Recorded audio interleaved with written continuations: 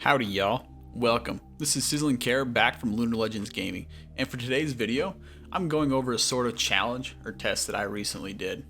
We all know how Rocket League can be a very mechanical game. It can take many hours to learn a specific thing. What I wanted to see was how much better I could get at a specific mechanic if I took 5 hours and focused on it solely. For this mechanic, I chose double taps.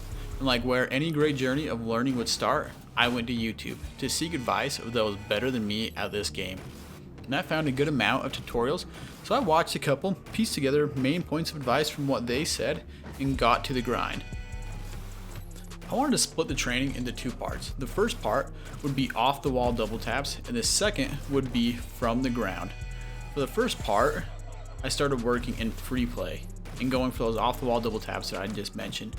And starting out, this was very frustrating because it did not start out really well.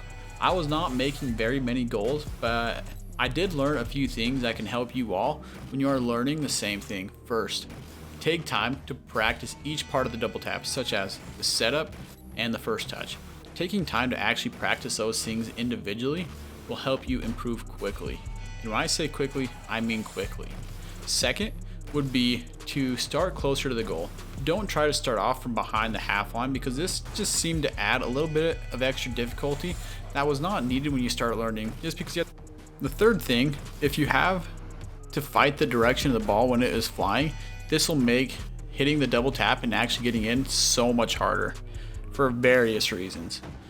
But for the first 2.5 hours of this training, I improved much more than I thought I would. I went from hitting a double tap probably once every 10 to 15 minutes at best to hitting one at least every other attempt. And that's a pretty big change in my books. And I feel pretty confident now that if I get a chance in a game that I could actually hit a double tap successfully. For the second part of the training, I wanted to practice double taps from the ground. And to do this, I used Double Tap Playground's training pack. This pack is good because it offers many different situations that you would commonly see in games, and for that reason, I feel this way of training was actually more beneficial and helped me to recognize more times I could go for a double tap in a game, and really helped with my creativity when I'm looking to score.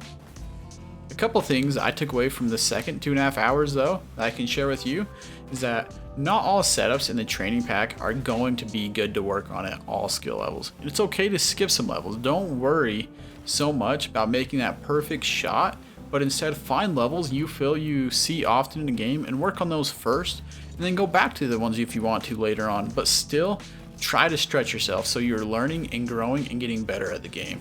For me, I really liked levels 15 through 18 when I first started because I felt like I saw those very often and could use those to my advantage when I was playing in a game if I knew how to score off of them. For the last 2.5 hours though, my improvement was not drastic visually as the first 2.5, but I can still see that I'm much better making backboard reads on both offense and defense, which I believe is worth the time. Overall, for the 5 hours I spent, I felt I improved a lot in this mechanic.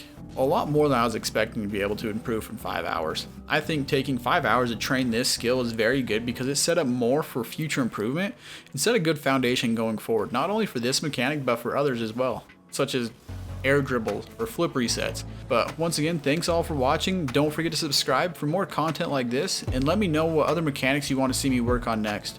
But as always, we'll catch you on the field.